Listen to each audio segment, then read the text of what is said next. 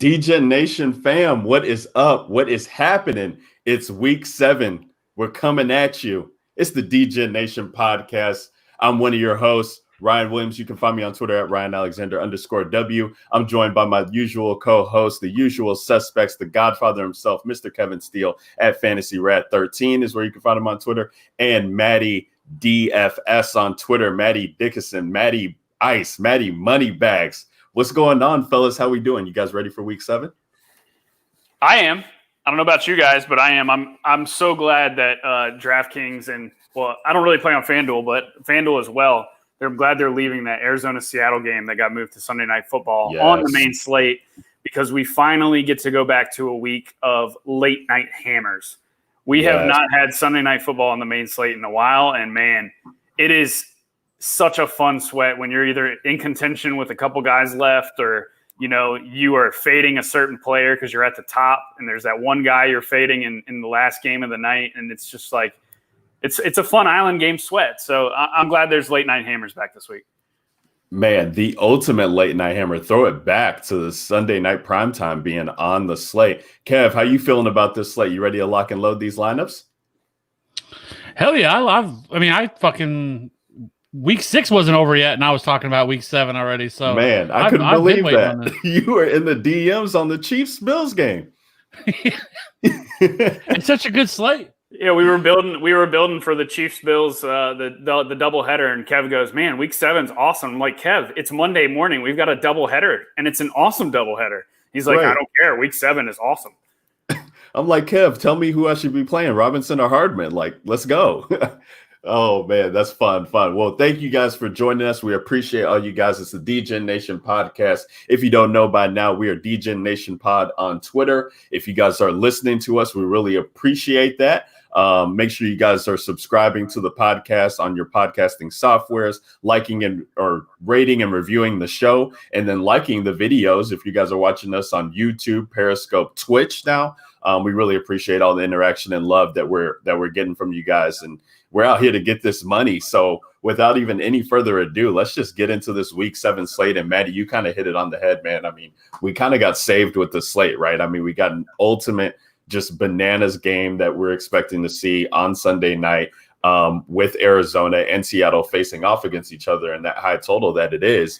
And, now that it is on the night slate, I feel like it's going to affect ownerships in some regards. I mean, there's so many people who, for whatever reason, I don't know if it's a mentality thing or what, they're building their lineups, and you just can't have your stacks be later, right? You need to have that instant gratification of seeing your teams in the green early on to, think about, oh my gosh, I have to have this person get X amount of points to compete or to cash, or, oh, what if this happens? And people just get so in their minds, not even thinking about it from, okay, keep everything aside and just, is that game great? We just saw Minnesota and Seattle 2 weeks ago. And if that game would have been on the main slate, that is money. That is money for everybody coming in and stacking that up. And they are expensive, so it should be interesting. But it's going to be a fun one. And we got some other games on the slate as well that we definitely need to touch on. And how we do it here at the DGen Nation. If you're just now joining us, or if you've been here before, we talk about it position by position.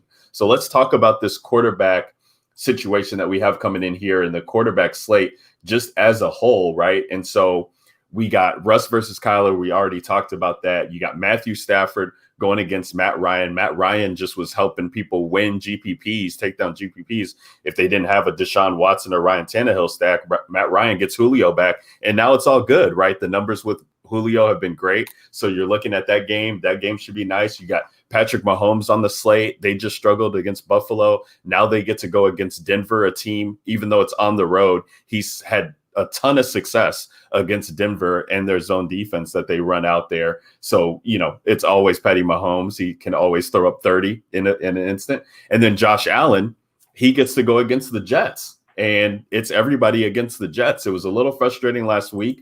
I liked Ryan Fitzpatrick. We talked about him on the pod. He was only 5,400 or something crazy, maybe 5,900. And I thought it was just an excellent, play. But the pivot was Myles Gaskin, and he really didn't get there because Fitzpatrick did all his work early, throwing to Adam Shaheen, touchdown. The other backup tight end, he gets a touchdown.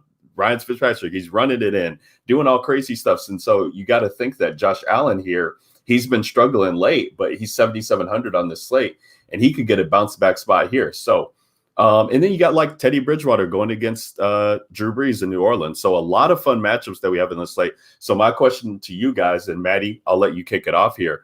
Where are you thinking about going with quarterback? Well, who's going to be your anchor for your week 7 lineups? Yeah, I mean, you mentioned the Arizona-Seattle game is one of the most important games of the week, getting that game right. I mean, it comes into the second highest total of the slate, right behind Green Bay and Houston at 56 points, close spread. And it's just, you've got 2 running quarterbacks there too. So it's not even like, you have to figure out which, speaking of running quarterbacks, we're watching Daniel Jones just rip off a 90-yard run and he falls and got sniped by the turf monster. But anyways, yeah, so you've got Kyler Murray and Russell Wilson, 2 rushing quarterbacks there. Wilson's 8K though. So, I think a lot of people are going to flock to Murray for 900 less. And I think it makes a ton of sense. We kind of had the discussion with Kevin last week when we talked about Lamar being in a really good spot, but he was 7,700 and he ended up scoring 31 points, which is, that's great. But at the end of the day, 31 points didn't get me anywhere because Deshaun Watson and Matt Ryan and all these other guys who were cheaper, they scored the same or more points. So that's the key to these slates is finding the cheapest quarterback and stack that you can that is going to match the high end price guys that we know are going to crush. So, I mean, looking at Kyler Murray at 7,100, a guy who can run. I know Seattle plays a lot of zone, so it's a little bit tougher for a quarterback to run against zone coverage. But I mean, it's so easy to stack him up with either DeAndre Hopkins or Christian Kirk because we know that's the 2 main spots the ball's going. So it's really easy to run it back on the other side too. I really like Chris Carson. I think a lot of people are going to, run it back with a Tyler Lockett or DK Metcalf. We can talk about Carson when we get to the running backs, but it's, Kyler Murray and then being different with your Seattle run back is, I think, the way to go with that game and how I'm going to approach that to get off the chalk a little bit. Then we talked about Green Bay and Houston being the highest total on the weekend. Aaron Rodgers and Deshaun Watson are priced right next to each other.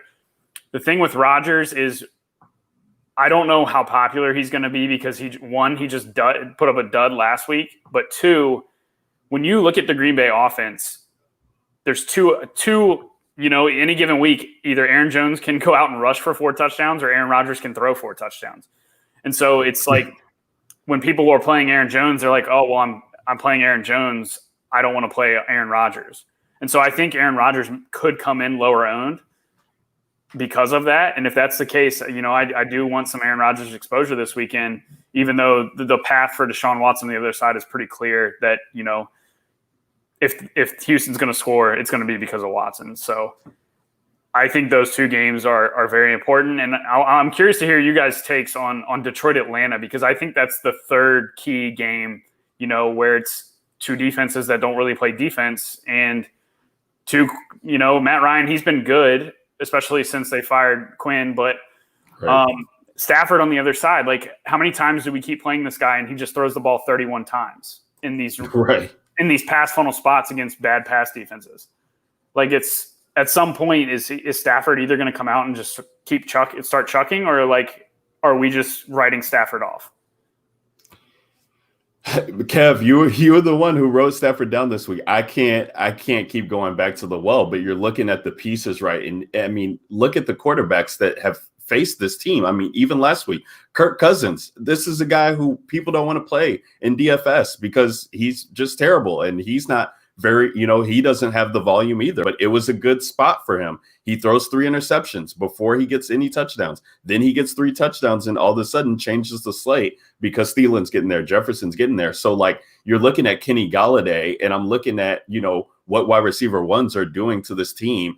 This matchup against Kendall Sheffield, like how is this dude not going to smash on Sunday?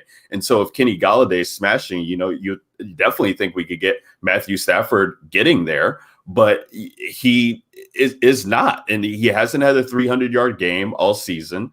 And they're just fine with just, being okay. It's not, you're not getting like even a Gardner Minshew where the team's dead, he's still passing the ball. Like Carson Wentz with Philly, no weapons there. He's still passing the ball, chucking it on the field. So it is hard to trust him. But Kev, Matthew Stafford was one of your guys this week. So, can you talk maybe some sense and shed some light onto him being the play this week?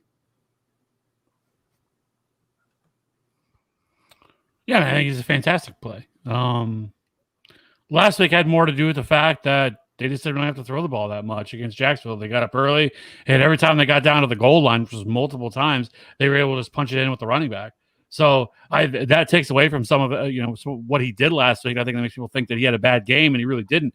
He just kind of played his role. They didn't really need to throw the ball as much, and they were able to run all over them. I don't think that's going to be the same thing that's going to happen with Atlanta this week. Atlanta is certainly a much better offense.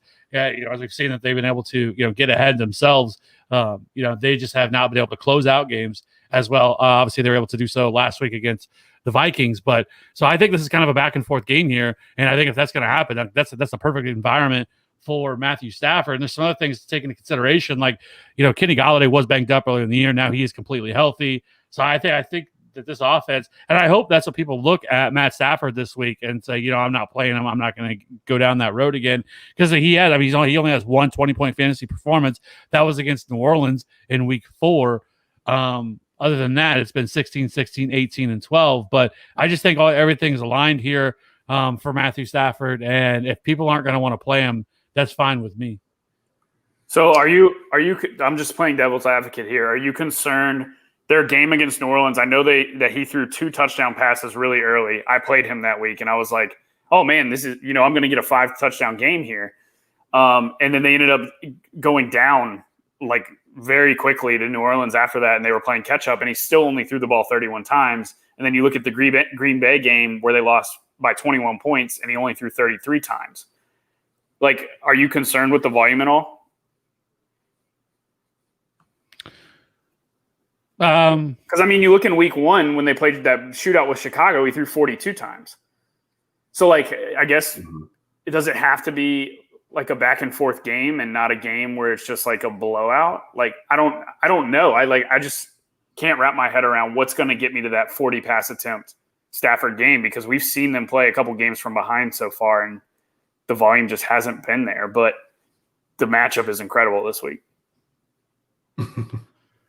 Yeah, and I think again, I think some people are viewing it as like Matt Stafford's been bad, and he hasn't. Like that's not really been the problem. It's just they just haven't had to throw the ball as much. Even in the Arizona game, they were ahead for a lot of that game as well. So they've been in some really positive game scripts. So they really haven't been pushed like that to have to throw the ball. And against New Orleans, he still threw 3 touchdowns. He just didn't get there in the passing game or the passing yard department. But he's going to have the full allotment of his weapons. So I just think there's a lot to like here with this entire offense. So. No, I'm not afraid to go back to Matt Stafford, and especially at his price. Like I don't hate it. So I don't really like once you get past the 6K range of quarterbacks.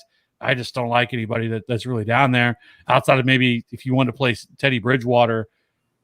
That's probably the list for me. Maybe Joe Burrow, I guess. You could probably tell me a story about that, but other than that, I don't want any fucking part of most of these guys. I think if you want to get super contrarian, Drew Lock could make some sense against Kansas City because of the fact that they're going to have to likely be trailing. They're not going to be able to run the ball. They're going to have to throw the ball a ton. Noah Fant will be back this week. Tim Patrick has looked okay. Jerry Jeudy. So they have weapons. We've seen teams like the Raiders, really stick it to the Chiefs. It feels like this year the Chiefs, like in big games, they come ready to play. We saw it against Baltimore. We saw it against the Bills. And then it's like these games that I think that most people will look at them as like, what are they, 9-10 point favorites? And that's kind of how they go in there and they play those games, and they kind of get beat upside the head a little bit sometimes. So if you wanted to play Drew Lock, I think you could do it. I probably won't have him, but I just think it's like a contrarian play at 5,100. If you're wanting to get in some of these other guys, you could. But for me, like my favorite spot this week is in that really these upper tier quarterbacks, which is different because I usually like to try to pay down a quarterback, but Justin Herbert at 6,400. I love that. The only concern there is, again, if they get up big on them, or do they still continue to throw the ball? But they've done that multiple times this year, and he's got there through the air. Against the Bucks, they had that huge lead against them.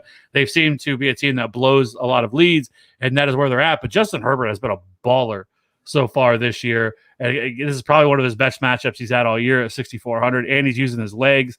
He is cheaper than Matt Stafford. I like Aaron Rodgers. I think this is probably a big bounce back week for Aaron Rodgers on the road against Houston. Houston is absolutely atrocious. I think for me, it's going to be Herbert, Stafford, and Aaron Rodgers. I'll figure out a way to have maybe a little bit of exposure to Russell Wilson or Kyler Murray. But to be honest with you, Kyler, though, it has really been carried by his legs. I mean, his rushing ability is really what's carried him in fantasy football this year, because he hasn't been great as a thrower. He hasn't necessarily had to in some of these games because they've been able to kind of control everything. But it's going to be interesting to see now especially if Russell Wilson and the Seahawks are able to kind of get up quickly on them, and how this turns out for Kyler, because that's really been Kyler's saving grace has been his rushing ability. Because without that, we'd probably be talking about something completely different about Kyler Murray and how bad he's looked this year. Yeah, no, I totally agree with you, Kev. But from that rushing ability standpoint, I mean, what you're getting with this kid is unbelievable, and he's priced at 7,100 here in a matchup where you have to think like, okay, so if Seattle starts going up, and you're talking about it, Matty, like the pivot with Chris Carson or whatever, like they could get a big play from Metcalf, or big play from Lockett, or maybe it's David Moore getting a score. Like they're going to need Kyler to just move the ball, and we saw it in the game against the Cowboys, like when it's, broken down and he can't hit DeAndre Hopkins, who's wide open, or, hitting Andy Isabella on a deep route. Like, okay, fine. I don't see anything I like, so I'm just going to take off and run because these dudes cannot catch me. I mean, it's just laughable what that guy is doing to opposing defenses. And so from a DFS standpoint, you just love that. I mean, we're looking at this game tonight, Thursday night, with, Carson Wentz. He's getting rushing equity in the end zone, paying off, and he's not even throwing the touchdown. Then Daniel Jones rushing off for an 80-yarder. I mean, these guys who have the legs, they just have so much upside to play them with in that 7,100. I just think he just makes just so much of a good value that you don't even necessarily have to pay him or play him with DeAndre Hopkins. We talk about stacking the quarterback with the wide receiver all the time, but he's doing so much on his own. And like last week, Matty, you played Lamar. Like that kind of worked out to a certain extent. You had Mark Andrews with them, which didn't really make you feel good, but him getting 31, you play him, you don't have to worry about anybody else. That's solid. And so I definitely like that from Kyler. And the two guys that you talked about, Kev, under 6K, like those are two guys that I'm looking at playing in tournaments. I'm looking at Teddy Bridgewater, and it doesn't make me feel good necessarily on really playing him and thinking about it. But when you put the pieces around him, and I'm like, okay, so like how is Carolina scoring? Okay, Robbie Anderson, DJ Moore, Mike Davis, like they got like 90% of the touchdown equity scoring that's going on there. Okay, I can feel good with that stack on a run back with Kamara. Or you're looking at Joe Burrow, who's in a game with Cleveland, and just how much times he's throwing. And they've already played once this year already. And we kind of saw what we got. Like if Kareem Hunt goes nuclear or goes off in that game, because the running backs torched them before, and Cincinnati can be torched on the ground, Joe Burrow could be leaned on again, maybe not for 60 passing attempts like before, but you're looking at that equity there. Joe Mixon's on the injury report, so we got to monitor that. But then you got Tyler Boyd, you got maybe AJ Green if he's not dead or whatever, maybe he came back, and then T Higgins. So I'm and Drew Sample's dead too. So I'm loving getting to exposure with quarterbacks where I know that they're either making plays, or that if they're in a game environment that's going to cause them to be relied on a lot, I want to play them. Like I don't really have, even Drew Brees on the other side, and Michael Thomas is banged up in that Carolina game. So we'll have to monitor that. Now he's, he seemed healthy, got the discipline. Now he's got a hamstring injury. It's like, Jesus Christ, can he get healthy? But Drew Brees is 6,100. But how many times have we said he's looked dead? Like the arm just isn't there. And I don't really want to pay for him necessarily, because Kamara could just take all the work and that could be done. Like Tom Brady's now on the slate. Like I'm not paying for him.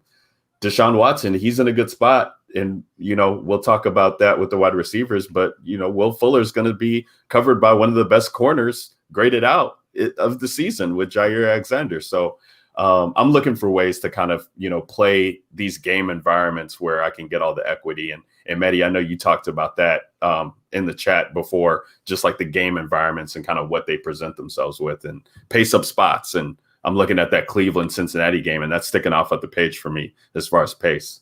Do you think it's crazy, though, that Drew Brees is 6,100? I mean, on a normal I feel like in previous years, like especially in a matchup against Carolina, who's easily exploitable through the air, like he would be like a 7K, 7,400 price quarterback at 6,100. Like, and if he's going to carry no ownership, it's going to largely depend for me is if Michael Thomas is back this week.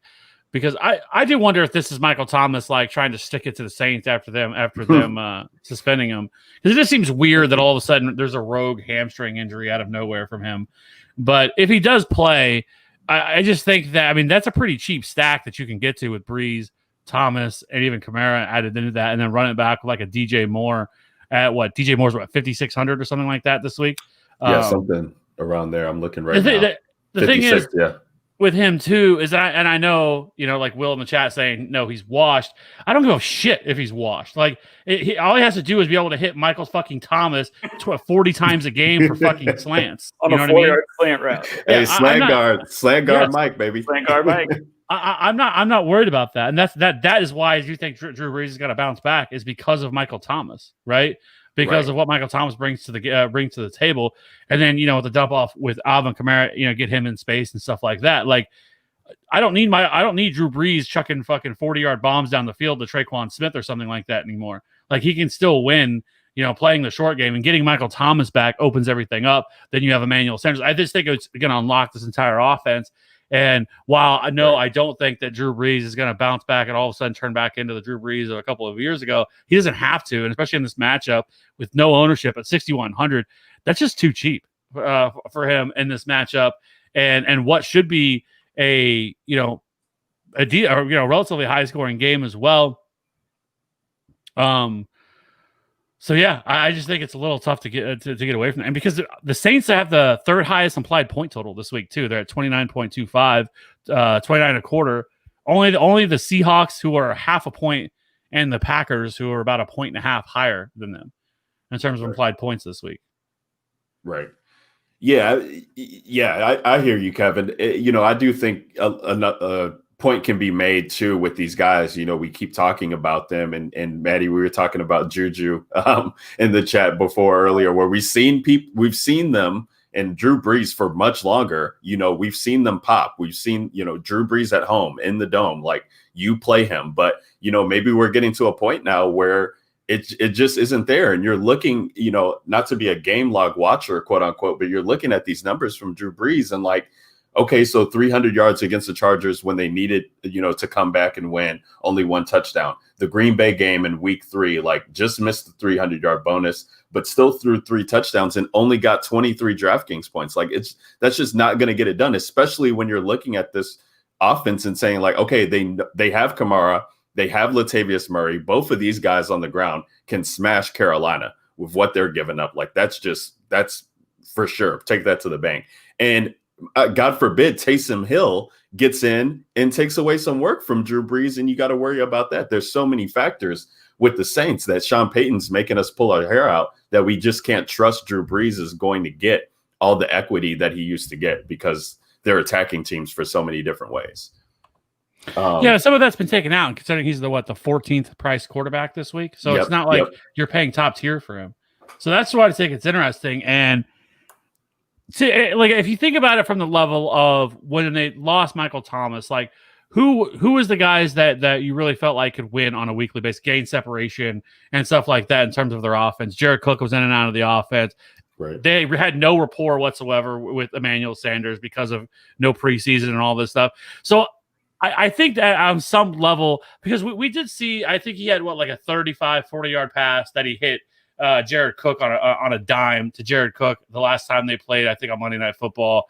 I think he still has something left in the arm. Like, I don't think he's like Alex Smith, but I do also think that some of the reason why we have seen them play the way they have is just because they don't really have anybody like that. I think that you're really worried about getting separation from on the field and stuff like that. So I think some of that could be masked. So like I said, I do think if Drew Brees has, he comes in at 5-6% owned this week, I think I'm going to be over the field on that.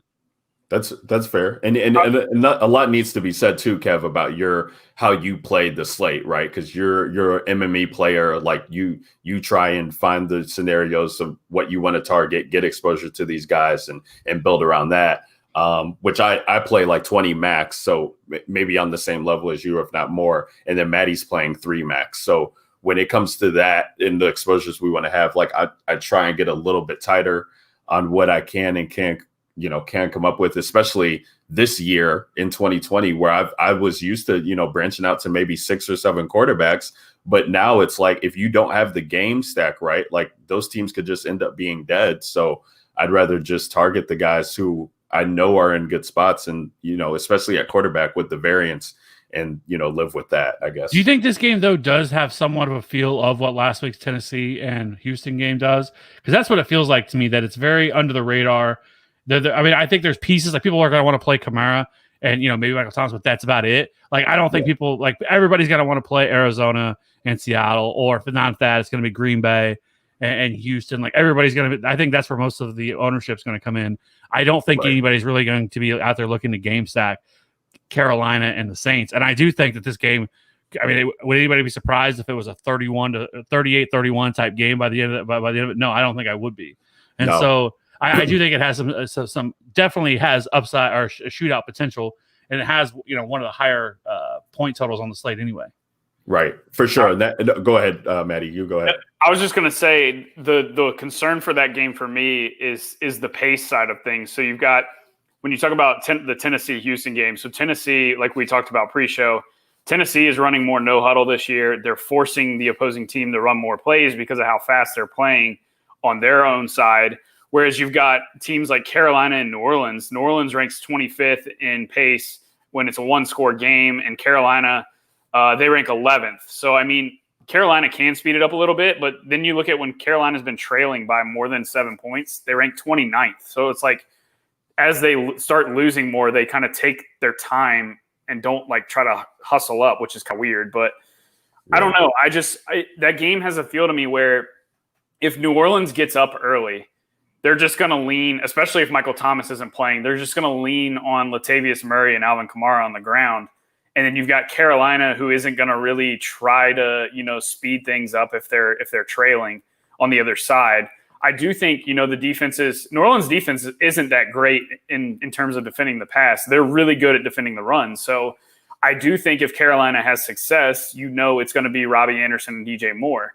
And then on the other side, New Orleans, like Carolina's been worse defending the run, and they've been better defending the pass. So, it's going to be Kamara and Murray. So that game to me, it just shapes up to all the stars align for New Orleans to play from in front pretty easily.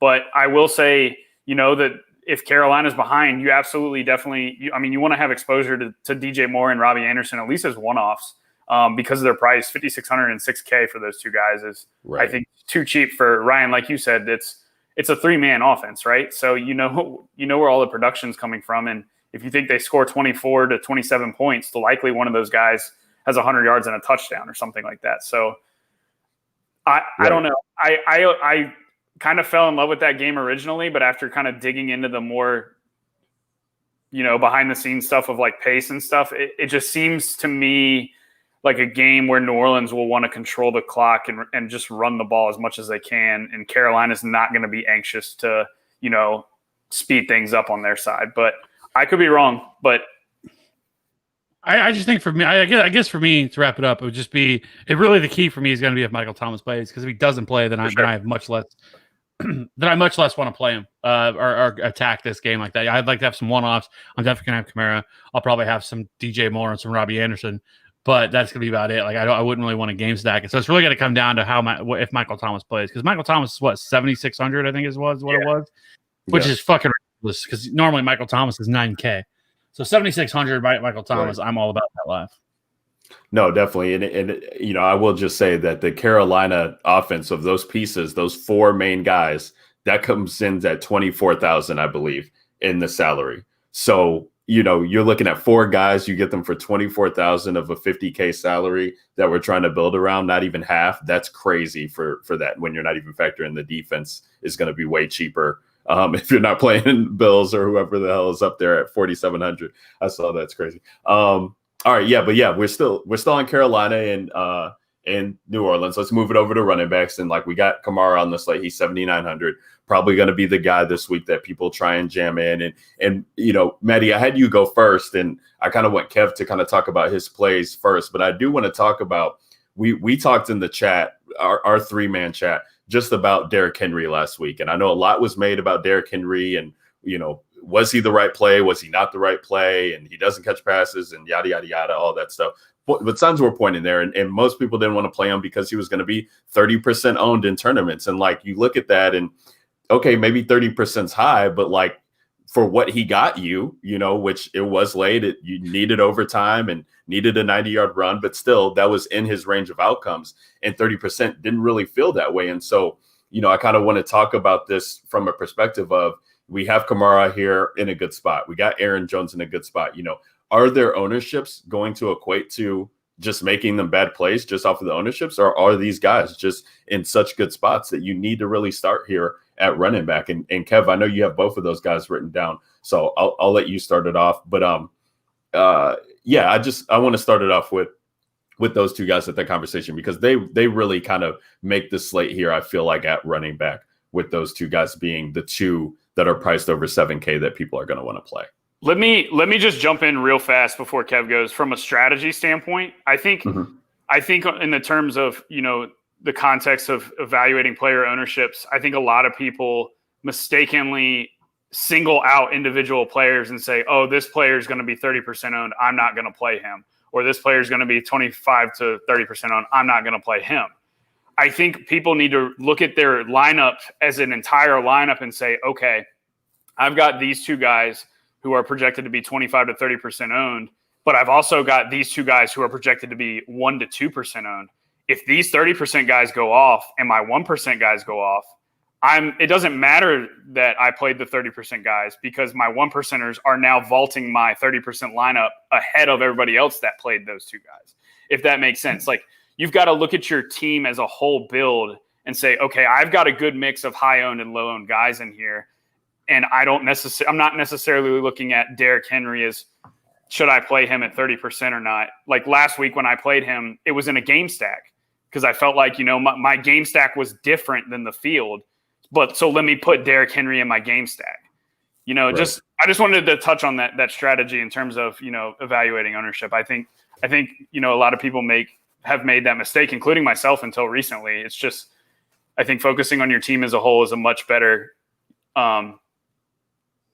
focus. Sure. And especially in tournaments where we're not, you're really not excited about cashing if you're playing tournaments. You want to be able to take that shit down.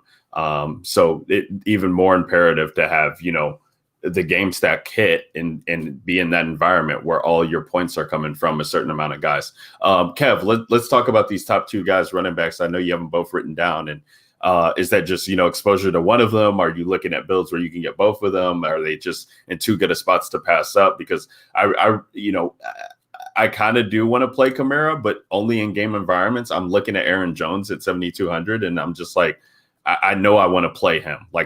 He's going to be on my lineups. I hate to say a lock. It's Thursday. We're still building, but just what he means to the offense and how important he is in that role, and just what is standing out on paper going against Houston. I just want exposure to him. So talk to me about these 2 guys, Kev. I just think they're both in fantastic spots. They're both in great matchups. Aaron Jones, 7,200. I still think that's, I don't know, probably a little bit too cheap for what he's able to do. He has 40-point upside every time he touches the field. He's the most efficient running back in the league. He's got to get pass catching work. That was my problem last week with Derrick Henry, and that's why I often don't play Derrick Henry, is because he just doesn't really have any pass catching upside. And so his path to success has to be what he did last week, and that's 200 yards rushing and 2 or 3 touchdowns for him to really smash, because he's never going to get you there and a pass out and through the air. And my thought too was last week is I felt like there was a possibility that Houston could get up early and game script Derrick Henry out of the game. And so that was just my concern with Derrick Henry. And that's why I think I played Derrick Henry in one lineup. Like I had like no Derrick Henry last week. And I will probably just continue doing that every single week. I get why people played him, and I get he has that in his range of outcomes, but I'll bet against that he's probably not going to, and for the most part, except for where he's priced, I just don't think he's ever worth that in my eyes. And I'll go down with that ship a couple of times a year when it happens versus playing a guy who just never gets any pass volume. But that's kind of the opposite for me for Aaron Jones, where Aaron Jones is the guy who's going to be heavily involved in the passing game. He is, like I said, the most efficient running back in the league and continues to be. So I think this is a great spot for him. Same thing with Kamara. Kamara could end up seeing 12, 13 targets in this game. And so I just think both of them are in fantastic spots. And that's where I will be starting off. I will have both of them, or at least one. I'll have one of them in every single lineup I build this weekend. What about, can I interest you in some Kareem Hunt? Yes, you can. Kareem Kareem Hunt is written down for Ryan this week. That is for sure. I love that game. Hit me. I love that game. I mean, you're just looking at this spot, and so Nick Chubb, and this is why they brought Kareem Hunt in, right? And so Kareem Hunt, he gets the Steelers last week, doesn't really get there, and he's had some tough matchups to start the season as far as running when Nick Chubb went down, but we've seen what Cincinnati is allowing to running backs over the year. We saw him in this matchup already. And, who's in the backfield that's really going to spell him? Dearness Johnson's not really getting the work. Baker Mayfield hasn't been able to get the ball to the receivers, but still you're able to attack this team on the ground. And this could be a game where they try and get Kareem Hunt those 20 touches if he is healthy. I know he's dealing with the Q tag. He's got a little injury banged up, but even more reason why I like him this week too, if he is ruled in there and nobody's really going to be thinking about that game. And we just haven't, even when Cincinnati, they went up big last week against Indy and Phillip Rivers going to Phillip Rivers, but this is a divisional matchup. I don't really necessarily see that happening here. But he still is involved somewhat in the passing work. He's just been, they were getting blown out in some of these other games, the Steelers game and the week before that, where he just is completely like Baker has to throw to the wide receivers because they're so far behind. But if this game is competitive, like we think it could be, if it's within 7, like Kareem Hunt is definitely going to get there. And you love what he's providing in the red zone. I think he has like somewhere around 18 attempts, but he's got 4 touchdowns, the same amount as Aaron Jones, same amount as Alvin Kamara. So you definitely love to see that. Yeah, I agree. I like Hunt a lot, and I think he's going to go overlooked too, and he should not against Cincinnati. I think the last couple of weeks, especially last week against Pittsburgh, I think he was just game scripted out. They were down by 20 plus points right off the bat immediately.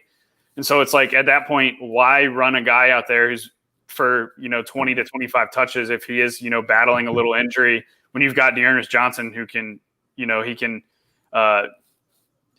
be used in the pass game to spell Kareem. So it's like I just feel like this is a good spot for Hunt, and I think he's going to go overlooked with Aaron Jones right there and people paying up for Kamara as well. So I definitely wanted to bring him up. I will say the other guy that I'm interested in. Well, you can play. I will say you can play Todd Gurley in game stacks with Stafford on the other side. You can also play Chris Carson in game stacks in the Seattle game. I like him. Arizona's actually given up, I think, the second most receiving yards to running backs this year. So it is kind of a good funnel spot for pass catching running backs, and Carson's been heavily involved in that regard. But the other guy that I'm looking to play, regardless of game script, is Antonio Gibson at 5K against Dallas. I mean, if Kenyon Drake can go for 160 after going for like 40 yards against Detroit and all these other good matchups that he's had, and he can now go for 160 against Dallas, like the Dallas defense is non-existent. They just came out recently and said our coaches suck. Our coaches are never prepared. It's like there are so many internal issues going on in Dallas. Like some of these players, I mean, they're going to play for their paycheck, but like, especially the guys on defense, they don't even care. Like the Christian Kirk touchdown, the dude was wide open by like 20 yards. Like the defense is so bad. And I think McLaurin and Gibson are the two main guys on that Washington offense. And they're both really cheap this week. And as of right now, it looks like that Washington pieces, those two guys are not going to be very high owned. So, Gibson's continuing to get a lot of work both on the ground and in the air, and he's getting some high value touches near the goal line. So 5K, I think you can definitely do worse. Man, I've talked about Gibson, I feel like, on this pod at least 3 times already. I hear you, Maddie. He's been in worse matchups though until now. Right. No, he has. And this might not be necessarily a JD McKissick, where they necessarily need him. I mean, we'll see what's going on with this game, but the way that the Washington D plays and how Dalton's looking and that O-line is so banged up, that maybe Washington finds themselves in a rare form where they're playing with a lead or anything like that. It's crazy. Yeah. So Washington's played Philly, a top run D, Cleveland, a top run D, Baltimore, all around good defense, the Rams, and then the Giants, who have been a top run D. So like Washington has not had any good matchups for running the football yet. And Antonio Gibson is one of the more elusive running backs that we've seen in the league this year. And Dallas can't tackle anybody. Right. Like I'm convinced you could give Jason Witten handoffs and he would run through the Cowboys defense. Like that's how bad they are. Oh, why you gotta do Witten like that? Why you gotta do him like that? Mr. Catch and fall over. He would have more missed tackles. That's cold, Maddie. That's cold. Kevin, you got a cheap running back that you want to talk about there, and then we had Will in the chat also asking about pivot off of Kamara to Latavius Murray. Any interest there? But I also wanted you to touch on your play there, Kev, your third play there at running back.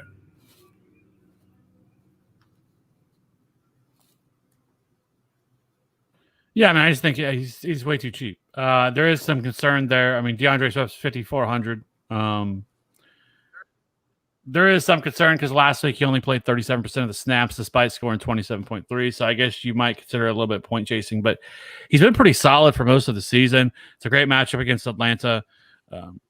He had 14 carries last week and 3 receptions for 123 yards and 2 touchdowns. I just think at 5,400, if you're wanting to save some salary at running back, like I do get the play of Antonio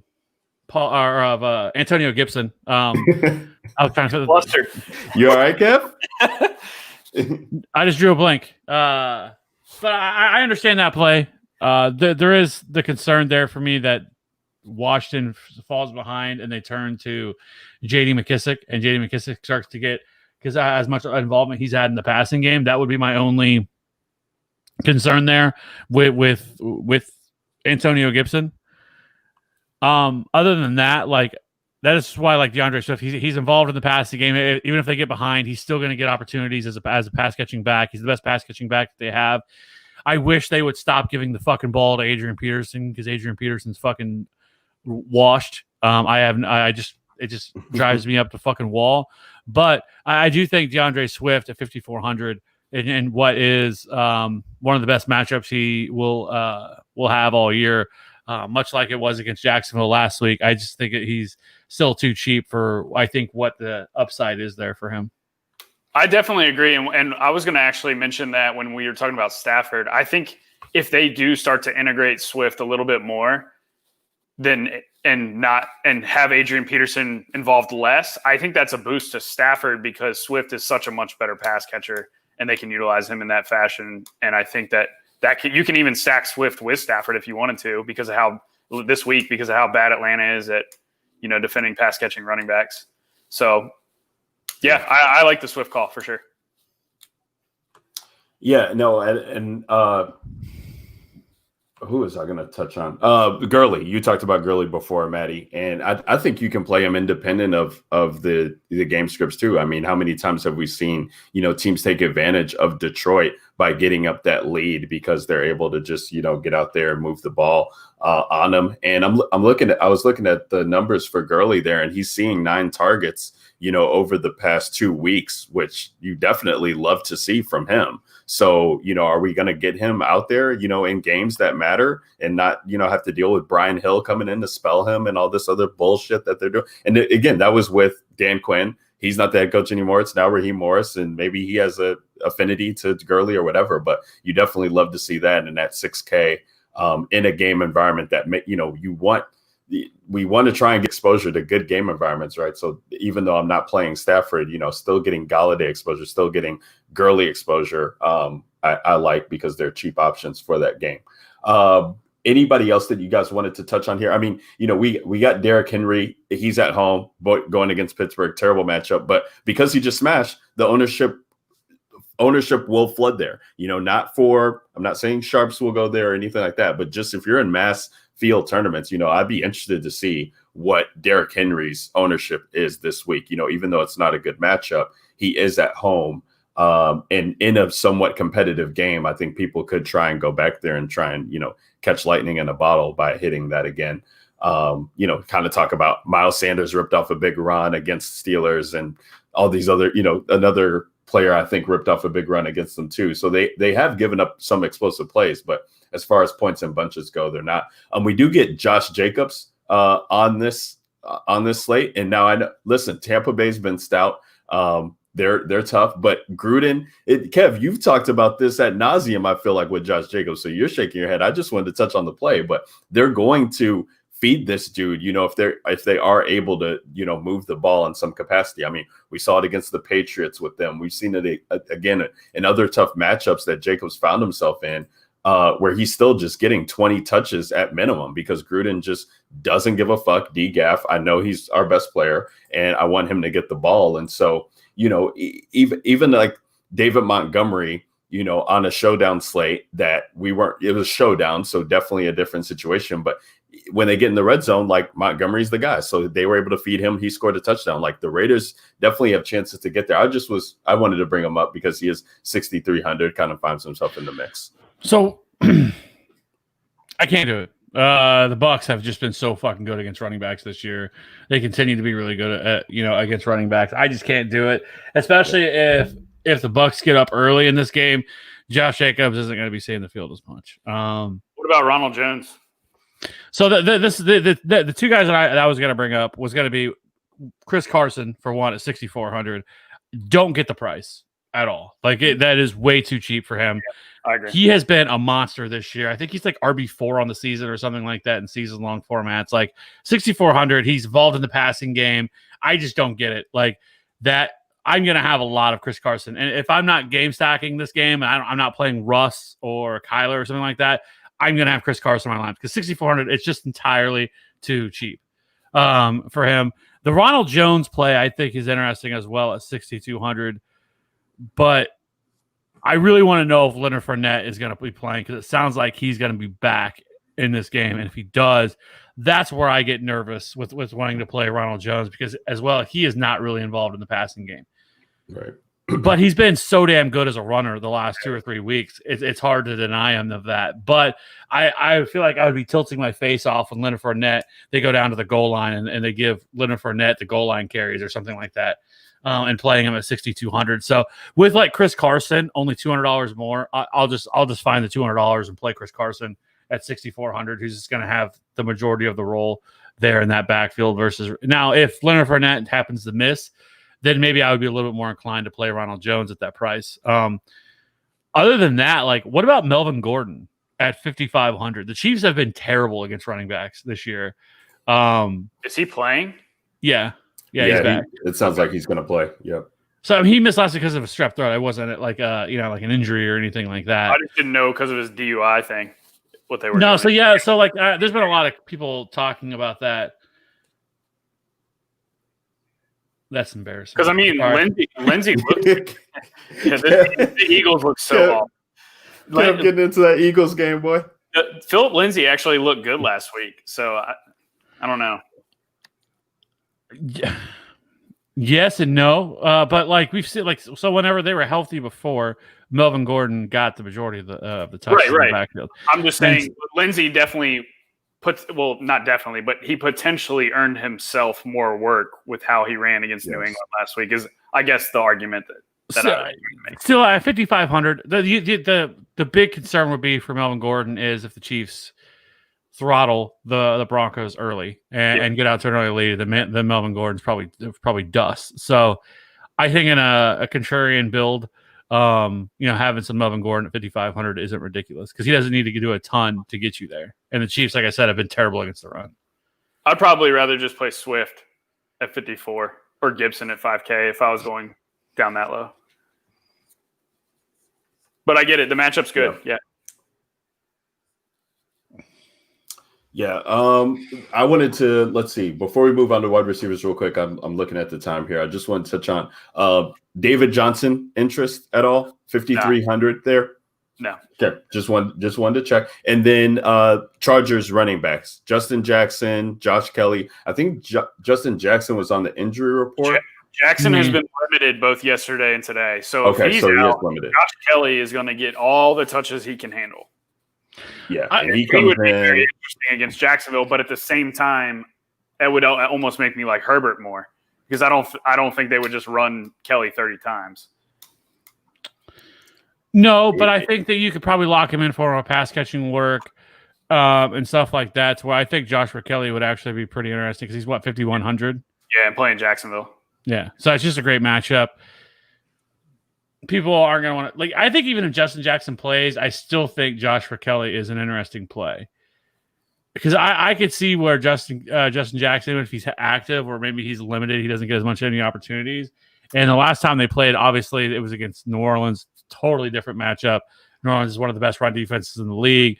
Now you put him against Jacksonville, and he has been involved in the passing game. So I don't think it's a crazy play to play Joshua Kelly at his price. And I feel like the Jackson thing last game was more of a hot hand kind of deal, right? Because he looked good early, and they just kept feeding him. Yeah. Whereas Kelly has eaten into Eckler's workload all year, so like Kelly's been the dude, other than Eckler, right? So I feel like they just took a hot hand approach, and I'm not. If Jackson were to be, if they were to say he's active but emergency only, or he's out, it would be very hard for me to not play Josh Kelly. Right. He will. And I saw that he was on the report. I didn't know if he was limited or what, but yeah, that would be a very good way to get exposed to that team. Jacksonville. I mean, yeah, that's a no brainer. I wanted to touch on those guys before we moved on because I thought they definitely were important. Zach Moss is back. So no Devin Singletary. It doesn't seem like one guy wants to take over that role there. Going against the Jets though, it's, could be tilting, but not crazy. All right, let's talk about this wide receiver here, the wide receiver positions here. We got DeAndre Hopkins at the top as 8,200. Then you got Devontae Adams here, 7,900. Michael Thomas, 76. Calvin Ridley, 73. Metcalf, 72. Julio, 71. And Diggs, 7K. And that rounds up the top price of your wide receivers. Now, we have some interesting kind of things to unpack here as far as the wide receiver cornerback matchups, right? Because we're going to get Roby on Devontae Adams. We're going to get Alexander on Will Fuller, both of those guys in pretty prime spots there. You got Amari Cooper, who's going against Washington, not a good matchup as well, but not in that realm that I'm talking about. But, other guys here who are just, Metcalf, looks like he's in a fantastic spot there going against whoever it is on the outside to try and stop him for Arizona. Kev, you talked about it. Michael Thomas being so cheap there going against Carolina. And DeAndre Hopkins, I mean, my gosh, it didn't look great against Dallas, and he's 8,200. That doesn't make you feel good, but you're looking at what the Seattle secondary has been given up, and goddamn, I mean, it's just whoever's in there, turnstile it up. It's crazy. And so because of the target share that he's getting within this offense, you definitely have to look at him. So I want to get your guys' take there on the top there. But outside of them, I talked about Joe Burrow before. So I'm looking at Tyler Boyd here. He's 5,400. and T. Higgins too, being 5,200, I believe. And the targets have been there for Boyd, 8, 6, 8, 13. So I think he does definitely have a decent role here. And he's still getting a 20% target share. Like I said, 8 targets in 4 of the 5 pass games. And then the Browns, they've been smashed against slot receivers, except for Juju. Juju's the only one that didn't get there last week. What you doing to me, Juju? But other than that, slot receivers have really had their way against them. So I do like into some Boyd. In that Houston game, okay, so Will Fuller's seeing Jair, but then you get Brandon Cooks here, who's come alive since they've made the coaching change. And, funny that the coach brings him in and then not doing anything with the coach that brings you in, and then he's gone, and now it's free Brandon Cooks. So he's definitely popped off the past 2 weeks. That's interesting. And then, on the other side of Detroit, I just want to talk about him. Marvin Jones, he's still seeing snaps. Atlanta has been getting blown up by the wide receivers 1 and 2 all year. It's bang, bang. These guys are just going out there and smashing against them, and it does not make you feel good. They also are getting smashed against tight ends too, so we could talk about that. But Marvin Jones, come out, and the coaches, the offensive coordinator Bevel's coming out. He's saying, yeah, Marvin Jones ain't feeling too good this week. We are trying to we know he's not getting the ball, but we still love him, and he's still a great talent. And it could just be one of those things where, okay, so the coaches are talking about it, and Marvin Jones is kind of making mention of it. Are they going to try and get him involved? Kev always talks about me. I love those narrative type of things. So, and I've played Marvin Jones a lot this year. So if I do have a Stafford team with Galladay and stuff like that, you better believe in the game environment, I'm going to have some Marvin Jones on there. But I think I couldn't play him as a one-off at all this week, even at his price. You definitely just play him in that game environment, try and get him. And then before I turn it over to you, Maddie, Valdez-Scantling. All right. So this guy, he's coming in at 4,100, and all I'm going to say is Vernon Hargreaves on the other side. I mean, that's all you need to say. Hey, that's all you got to say sometimes. So, a guy that we've attacked definitely over the years in DFS, and you're looking at that, and, we like Aaron Rodgers, but Adams has a tough matchup. Jones is going to be popular, and I'm not saying to play MVS as a one-off by any means or anything like that. But if you have Aaron Rodgers teams, getting some MVS exposure could be nice there. He doesn't cost you a lot, and he should see, some fair work against these guys. So I just wanted to bring him up. Maddie, where you at with wide receiver this week? You touched on all the main guys, especially up top. I just want to touch on four guys that I'm looking at who I think are severely underpriced. First, Kevin's going to agree. Tyreek Hill against Denver at 6,400 is egregious pricing. Like, we know that guy's ceiling. He hasn't smashed yet this year, but it is coming. Especially if, Watkins continues to be banged up. And I'm not sure, Kevin, if you've got an update on whether he's playing or not this week. But,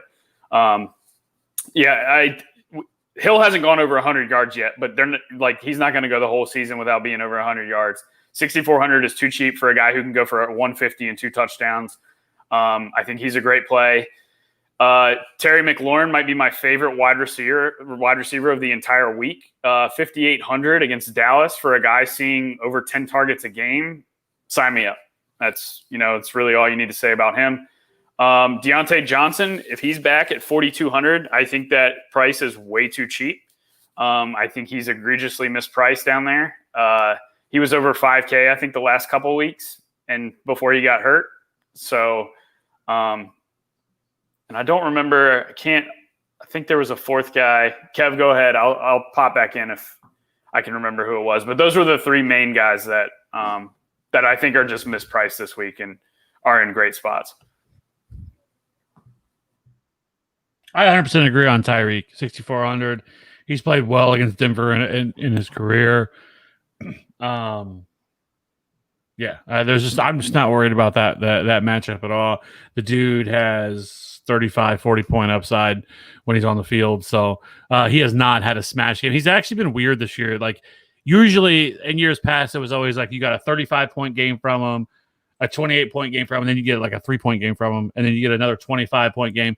This year, he's just been really steady, getting you about 16 to 20 fantasy points every single week. So he hasn't killed you, even though the weeks that you played him, he's been decent, I guess. He's not someone that's going to take down a tournament for you, but he's also hasn't killed you either. But 6,400, I just couldn't believe it. Like, I was floored when I saw that price, because I'm just like, I'll take that all day for Tyreek. No, I don't think Sammy Watkins. He hasn't practiced each of the first, Wednesday or Thursday.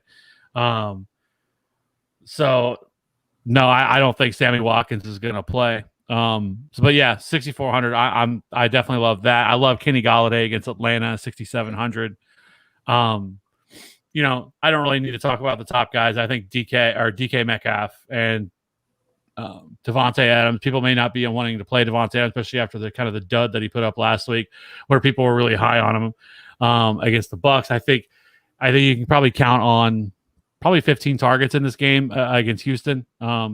So I know it's a tough pill to swallow to pay $7,900 for a wide receiver, but if I can fit him in, I'm going to figure out a way to get him in there, because his target share is so high.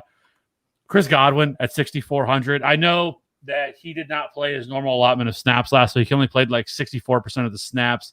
He still saw 7 targets though last week, and he only ran like 25 routes, which is down from what he normally has done in the weeks past. He has been limited this week as well with in practice, but he has practiced both days, and there's been no indication whatsoever by Bruce Arians that he's not going to play. But 6,400, Chris Godwin is, again, just way too cheap. I wasn't really expecting, obviously him to be on the slate, but now that he is at 6,400,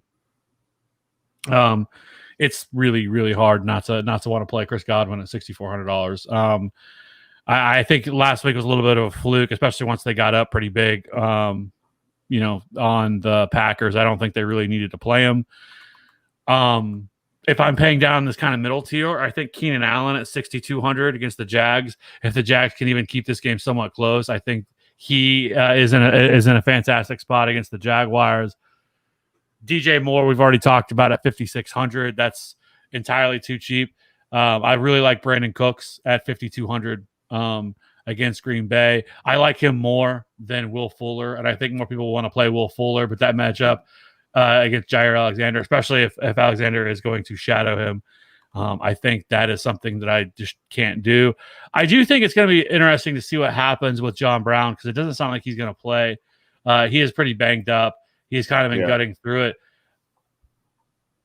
I see Gabe Davis. Right? Oh, damn. Okay.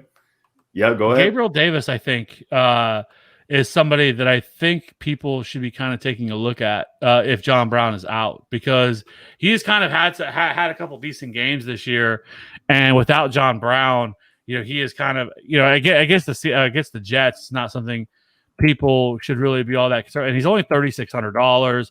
It's a good matchup. Week 3, he had 12.1, and then week 5, he had 10.8. Last week, he only had 1 target, but week 5, he had 9 targets. He had 4 targets week 3. I guess the only concern here with him would be, do the Jets need somebody like Gabriel Davis this week to be able to just crush the Jets? And probably the answer to that is probably no. But they've come out and really thrown the ball in a lot of times that I just didn't think they – in years past, the Bills have always been such a run-heavy offense, and they just really haven't been that this year. Even in games that they've kind of smashed, and they've still threw the ball a ton. So $3,600 Gabe Davis, if John Brown is out, which it does not sound like he's going to play, I think that if you're going to want to pay down for a wide receiver, I think that is a good spot to go to. Other than that, I think Tim Patrick against Kansas City. Kansas City's secondary is pretty suspect right now. And so I do think that Tim Patrick, who quietly has played pretty well in the opportunities he's been given, they don't have a ton of wide receivers right now there in Denver. But, I mean, his last 3 games he's played, he 14.3, 26.3, and 17.1 against New England.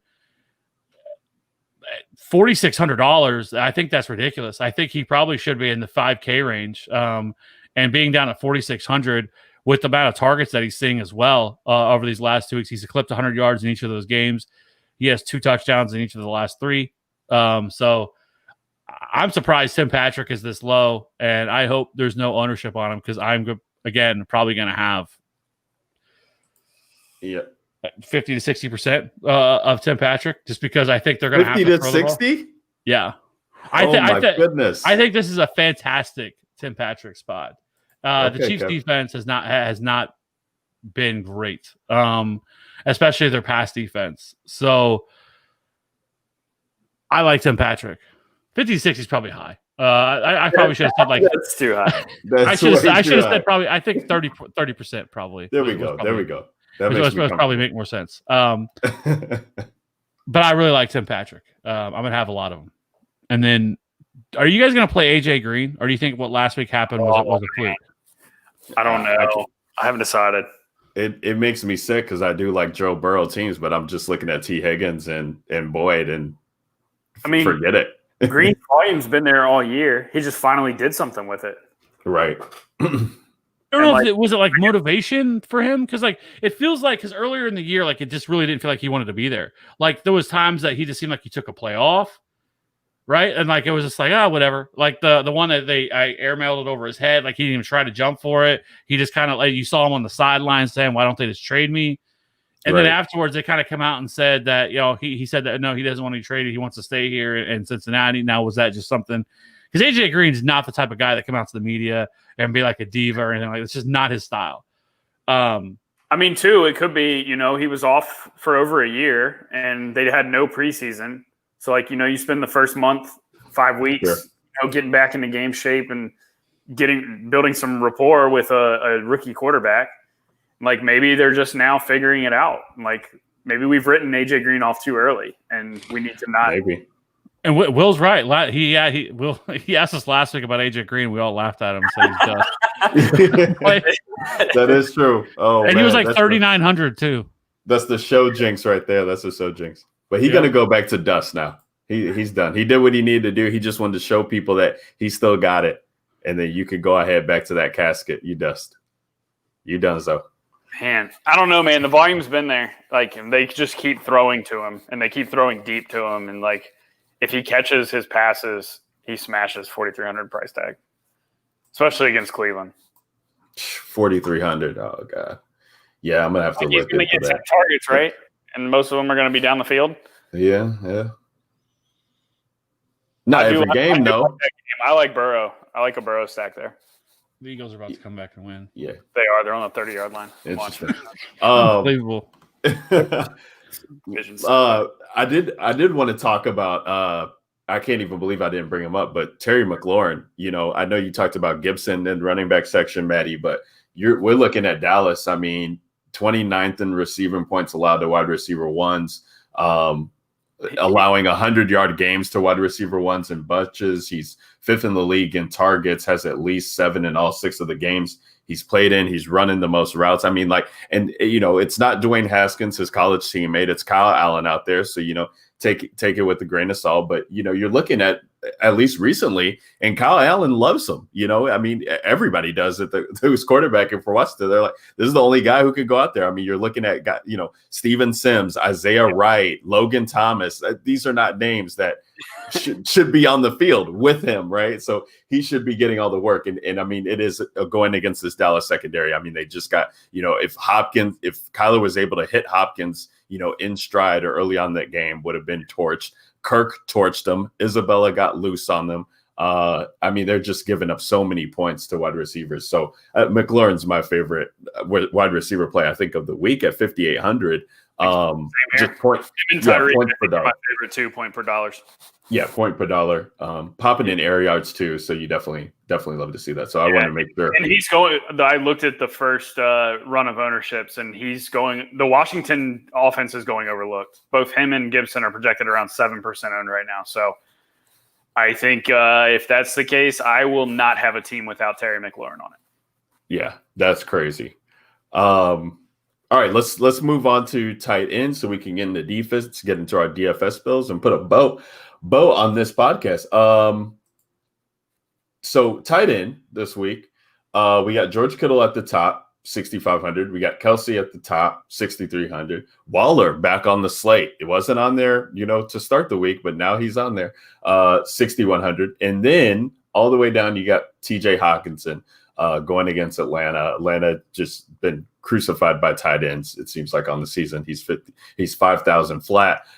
Can Matthew Stafford find him in the end zone? That will be the question, because I've played Hawkinson a lot this year, and interception in the end zone to Hawkinson drop in the end zone, or throwing at his feet. So frustrating. But I'm interested to hear where you guys are at tight end, because this has kind of been one of those positions, at least the past 2 weeks, where we're looking at it and we're like, okay, I guess we play Mark Andrews with his limited share because he's at the top. That was last week, and so many things were dusty, Burton and Irv Smith chalk and things like that, which ended up coming to fruition. But you're looking at this week, and now it gets a little bit more interesting, because you got Hunter Henry 4,500. Gronk came alive. He's now on the slate at 4,600. I think he'll get some ownership. Jonnu Smith was looking banged up. Now he's back, full practice today off of the ankle. He's 4,700 against Pittsburgh. Noah Fant, he's back, 4,800 against KC.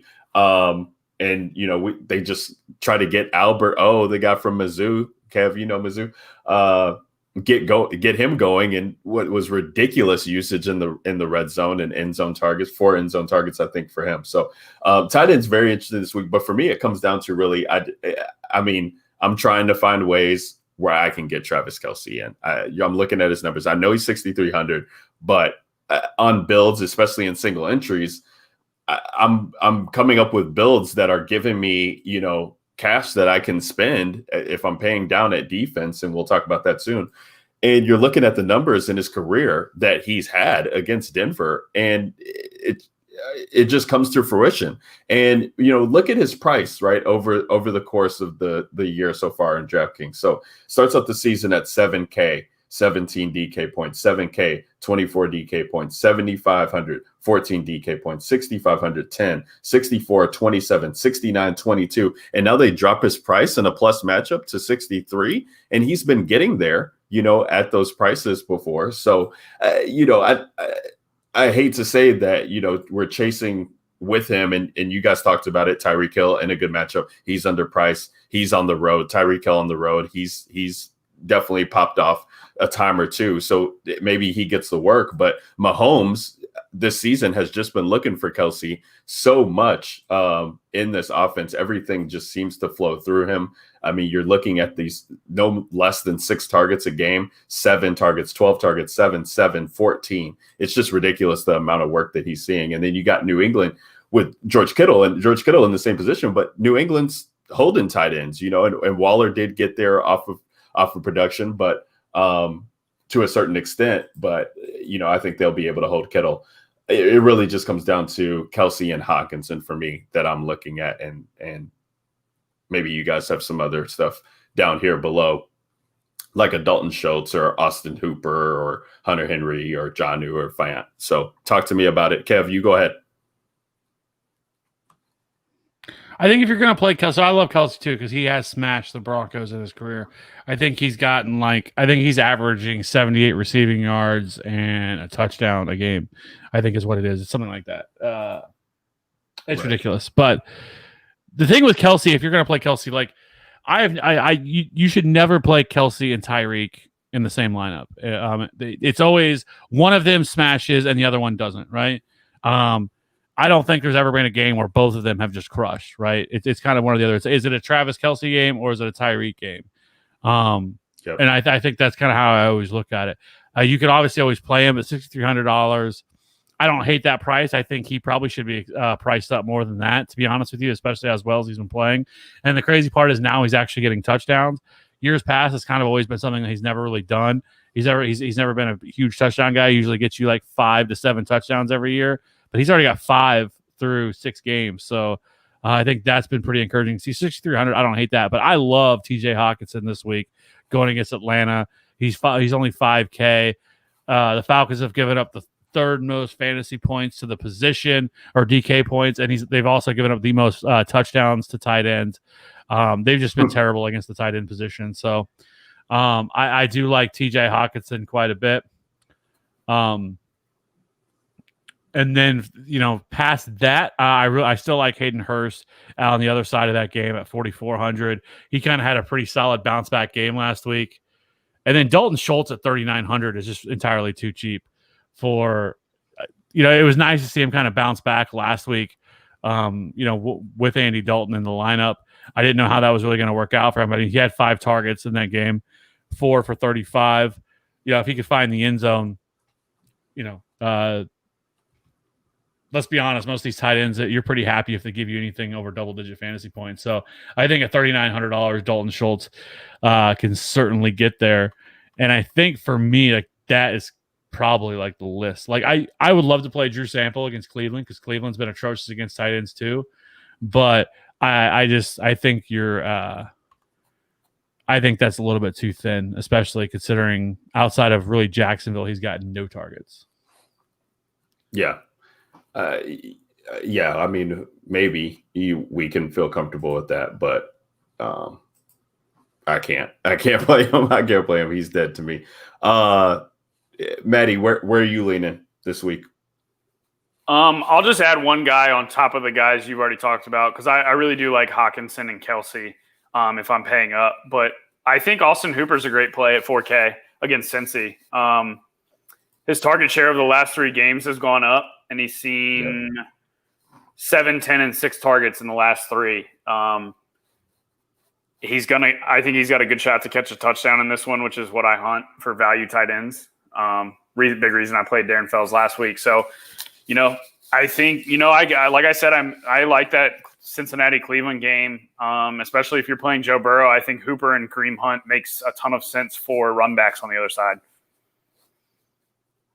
Yeah, definitely. I love Hooper. I mean, Stefanski, he's the tight end guy. That's why people were drafting him where he was getting drafted in the redraft leagues, and it just wasn't coming to fruition. They paid him a lot of money, right? So you might as well use no, exactly. A ridiculous deal. No, for sure. And we could talk about, we didn't touch on it, but Jarvis Landry he says he's dealing with a broken hip that he's been dealing with all year. So he's banged up. OBJ's been on and off of the injury report too. So, he might be one of their only healthy bodies there receiving the ball. Let's close it out with the defense, fellas. And my, is defense something to look at this week? Bills priced up at 4,700 going against the Jets. I guess the Miami Dolphins putting up whatever it was, 19 points, makes them want to price up the Bills close to 5K on DraftKings this week. So there you go. Bills at the highest price of 4,700. Chiefs, surprisingly to me, came in at 4,300 going against Denver. I guess they're expecting Locke to struggle here in the home matchup there against the Chiefs and not really be able to do much.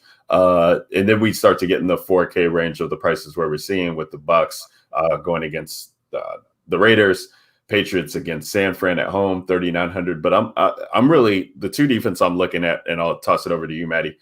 Chargers at home against Jacksonville, 3,400.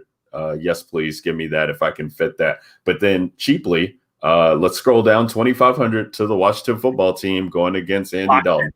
I mean, if you need salary relief now, here's the thing, and I think people will look at this and they'll see, okay, so Washington faced the Giants last week, 4 points. Rams, 2 points. Baltimore, 4 points. Cleveland, 1 point. Arizona, 4 points. But look at what the defenses are doing. Is scratch all that, who they're facing, and look at what defenses facing the Cowboys, the past 2 weeks are doing here, wrecking them up. The offensive line is all banged up. Zach Martin left last week. We don't know if he's going to be playing. So these are all backups going against a defensive line that loves to get pressure and can get pressure. And that's what they do. And Andy Dalton has not looked great this year under pressure. So we could get some sacks going there. Love that. That's stuff that you can predict, right? Is that, okay, they get pressure, so that could lead to sacks, get us some points there. If he makes the turnover, we're feeling good about that. And they're 2,500 at home. I don't know if anything else needs to be said other than that. Maddie, where you at for defense this week? Washington, lock them in, move it on. Let's go. Kev, where you at with defense? I don't even understand. Like, if they were 2K, I would get it. But why not just play the Browns, who have been one of the best pass rushers defenses in all football. They have 14 sacks on the year. They've had multiple sacks in almost every game. They have the ability to turn the football over. Going against Joe Burrow, I don't know. They're only $2,800, $300 more. I don't know. I get the call and I understand it, especially against Andy Dalton, but I don't know. I don't love it. If they were 2K, they were still minimum. Okay, I could vibe with you there. But at 28, if I can get another defense at 3K more or $300 more in the Browns, I'm going to lock that in all day. No, and I have a feeling. If people are going to pay down at defense, it's going to be Washington, just like you guys talked about. And I think they're not going to. I think they're going to be too high owned, and for me to get in with that.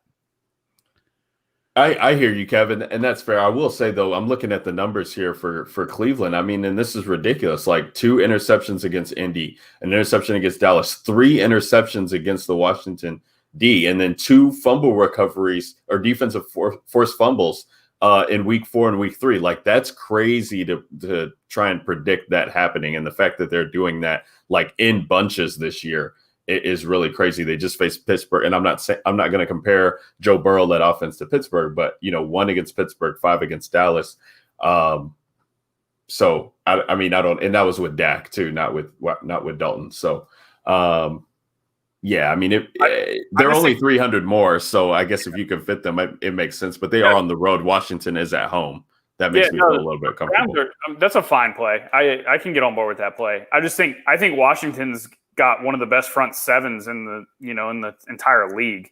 They're just loaded with first round picks who can get after the quarterback. I know they haven't really racked up the sacks, but the talent is there.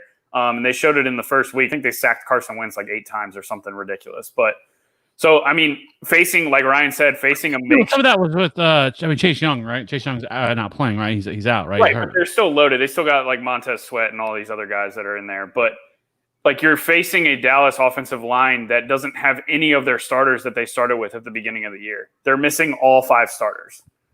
And it's Andy Dalton, too, who looked absolutely horrendous against Arizona last week. And Arizona grades out as one of the worst pass rushing defenses in the entire league. And they were consistently getting pressure on Andy Dalton mainly because of that offensive line is so banged up that they have no starters. So, I think Cowboys on the road in Washington with that pass rush that Washington can generate. At 2,500, if you've got the extra 300, I'm fine with playing the Browns if Washington's going to be chalk, which they very well could be. I wouldn't. Again, it goes back to I wouldn't blow up your build. If you're got 100 left over or 200 left over, I wouldn't just blow up your build and make a completely new team just to change your defense. No, for sure. Well, yeah, I mean, if that's the spot you're at, I get it. If you can't get to the Browns at 2,800, fine. I understand that. But if I have enough and I have to make a decision between the Browns and Washington, it's going to be the Browns all day. I can get on. I get it. And I am so here for whatever Andy Dalton just drops 300 3 touchdowns against his defense because, I think we all forgot about the primetime narrative of Andy Dalton last week. He's terrible in primetime games, but they have the weapons to torch this Washington football team. So I know things aren't looking great now, but I respect the fact that they are missing some of their pieces along the offensive line and things of that nature. So I understand that, and I don't give a shit if it's on the road or they're home. I mean, it's not like there's fans in the stadium, so I don't really think home field advantage really counts anymore. So we can kind of throw that out of the window a little bit, in my opinion. I mean, what does it matter other than the fact that you're traveling, I guess? For me, if it comes down to it, and I have the money for both, I'm taking the Browns all day. Yeah, I mean, and it will be something to monitor there because I was put up Will's post there and asking, do you need to be contrarian at D? And it's not so much that you need to be contrarian at defense. I mean, if defense is just so volatile that 10%, 15%, that makes you feel okay. But if we see Washington coming in at 20%, 25%, 30%, that's where it just doesn't make sense to then play them because if everybody on the field is on them and like Kev's saying, or a third of the field is on them, and like Kev's saying, Andy Dalton does go out there and do something against them, you're going to be that much higher over the field. If Kev's saying, pay $300 more for for the Browns there, or maybe the Bengals at the same price. If they're being overlooked in a home matchup against Cleveland and everybody's writing Baker off, like there does making a small pivot like that could be a change of 10 points, 7 points if it's a defensive touchdown. So you don't really need to get contrarian, so to speak, but just maybe taking the second highest on defense, third highest on defense, that could set you up in a good spot there. Let's see. I don't think there's any last questions here that I wanted to get to before we get into our DFS build of the week here. So let's go in. Let's get it started. I'm pulling it up here. We're in the $5 tournament, single entry there. I believe it's the huddle on DraftKings. Let's get it going here. Pull it up. Thank you guys so much for joining us. DGen Nation Pod. You can find us on Twitter at DGen Nation Pod. DGen Nation Podcast, what you're listening to. Ryan Alexander _W. Kevin Steele at Fantasy Route 13. Maddie D at Maddie DFS. Guys, let's get into this build here. And I think it's been a while since I've started off a build. So I'm going to get in here, start off the build, and I'm going to put in Terry McLaurin at 5,800. I like that a lot. He's my favorite wide receiver. Let's see what we can do there. Kev, what say you?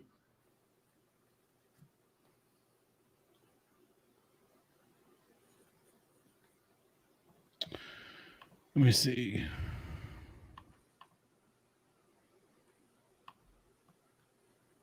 I'm going to go.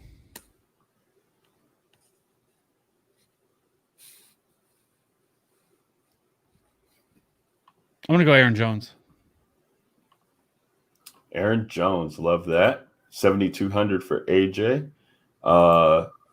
So following along with our build, Aaron Jones, Terry McLaurin, that's 5,285 per player left. Maddie, what say you? Kareem Hunt. Oh, shit. Okay. Open it up a little bit. Let's see. I hate being the one to pick the quarterback. Well, I like to let you guys do that. You know what? I am going to pick the quarterback, and I'm gonna say we play Rodgers at 7K. I mean, if Aaron Jones is getting there, he's going to at some point see receiving work here. I feel like. I think absolutely. It usually comes with Devontae. Yeah, but it usually comes when Devontae Adams is off the field. Whenever he sees a ton of receiving work is whenever Devontae Adams out. There were a couple of games last year I feel like where that wasn't the case. I don't know off the top of my head, Kev, but I know he did have the 70-yard games, 150 yards, which is crazy. You can't predict that, but there's him. There's Valdez-Scantling, Tanyan's on the injury report, and then there's Adams. I mean, where the ball is going here. So, I love Kyler. I do love Kyler too, but I think you can try and get all the points here. We'll see how the build goes, but I do think you can try and get all the Green Bay points by playing these two guys together.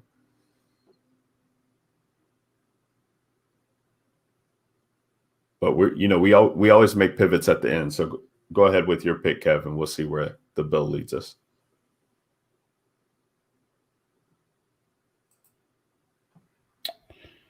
Well, I guess let's lock in Brandon Cooks. Throw in MVS too. I played MVS last week against Tampa Bay. I think this is a great spot to get back to the well. I love that, and I would like to. I do love Galladay in this matchup here, and so if we're not going to have Galladay, then I think we got to put Hawk at tight end. Somebody's got to score for Detroit. Hopefully, that's not Swift or Galladay or Jones. If you go, and then to close it out, if you go Washington defense, you can fit Tyreek Hill at flex. I don't know if that's what Kev wants to do, but that option is there. Otherwise, you're looking at Browns and 6,100.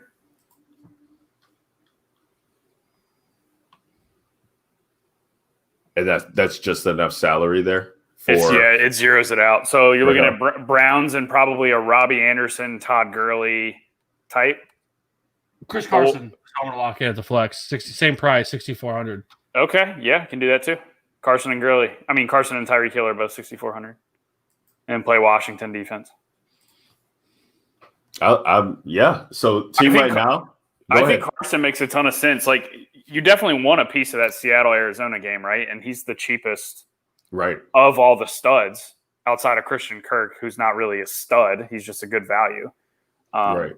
Yeah, 6,400. Like I said, Arizona ranks I think they've given up the second most receiving yards to running backs. So love it. I like that a lot. So the team, it's $0 left on the slate. We got Aaron Rodgers, Aaron Jones. The Aarons are going to lead us to the promised land. Kareem Hunt, Terry McLaurin, Brandon Cooks, Valdez Scantling, Hawkinson, Carson, Washington football team. That's $0 left. That's in the $5 huddle. We're entering that in, and we're gonna put a bow on. We're gonna put a bow on week 7, guys. How we feeling about this slate? It's Thursday night now, but the builds are gonna be happening. Hopefully, we don't get any crazy news of any games being affected. It seems like everybody's doing their part in the testing and everything like that. You guys got any last words for the people before we sign off? Late night hammer. Yeah, I love this slate. I've loved it since the beginning. Since Monday, I've loved it. So since the inception. Yeah. So especially with the game that it is, it's not like some shit game. If it was like the Raiders and Bucks game, I wouldn't be nearly excited about it. Right. As the late night hammer. Now, the best game on the slate is the last game on the slate, and I do think there is something to be said there with people, how people mind think and try to, and not necessarily wanting to stack this game because of it's the late game, because people want to see that green early, and then you start to tilt your fucking head off if you're sitting there waiting and you have all these and stuff like that to see how things are going to turn. And there's going to be people too that played that fade this game and do that. And then they're going to be sitting there thinking, oh, hell yeah, things are looking good until fucking Russ and Kyler fucking light it up. And you're just fucking flying down the fucking board. So I am looking forward to this week. And I think finally getting the Sunday night game back on the main slate is fucking amazing. So that's so nice. I hated it whenever they took it away. And now that it's back, I know it's probably just a 1 week thing, but it's awesome that DraftKings actually kept it on there. Absolutely. Absolutely. We're going to put a bow on week 7. That's going to do it for the week 7 DraftKings breakdown from the DGen Nation podcast. The DGen Nation pod, like I said, is where you can find us on Twitter. Thank you guys so much for joining in on us, listening in, tuning in. If you're watching on YouTube, Periscope, Twitch, really appreciate that, guys. Make sure you're rating and reviewing the podcast on your podcast software, and liking and commenting, reviewing the show, subscribing to the channel on YouTube for sure, so that you guys can get all this content. And make sure you guys are checking out what the redraft guys are doing over there. I see some people asking their redraft fantasy questions in the chat here. And although this is a DraftKings DFS pod, we try and get to you guys. And the guys are doing a great show on Wednesdays. Every Wednesday, you can see the Fantasy Authority podcast do a weekly start sit show where they can talk all about that. That's a tongue twister. It gets me every time. But we appreciate all you guys who've been rocking out with us all year. Reach out to us, any one of the 3 of us or the DGen Nation pod, if you guys went in on the Slack chat. We're usually talking processes in there, talking the showdown slates, like with tonight, Eagles and Giants game, talking about, the afternoon slates. Anything that you guys want answered, it can be found in that Slack chat. Dynasty, redraft, DFS, anything like that. So reach out to us. You want in on that. But that's going to do it for week 7. Signing off for the Godfather, Kevin Steele at Fantasy Rat 13. Signing off for Matty D, Moneybags at Matty DFS. I'm Ryan Alexander _W on Twitter. And we will catch you guys next week for week 8. Until then, we hope to see you guys on those leaderboards. Get that money. Thanks, y'all. Have a good one. Peace.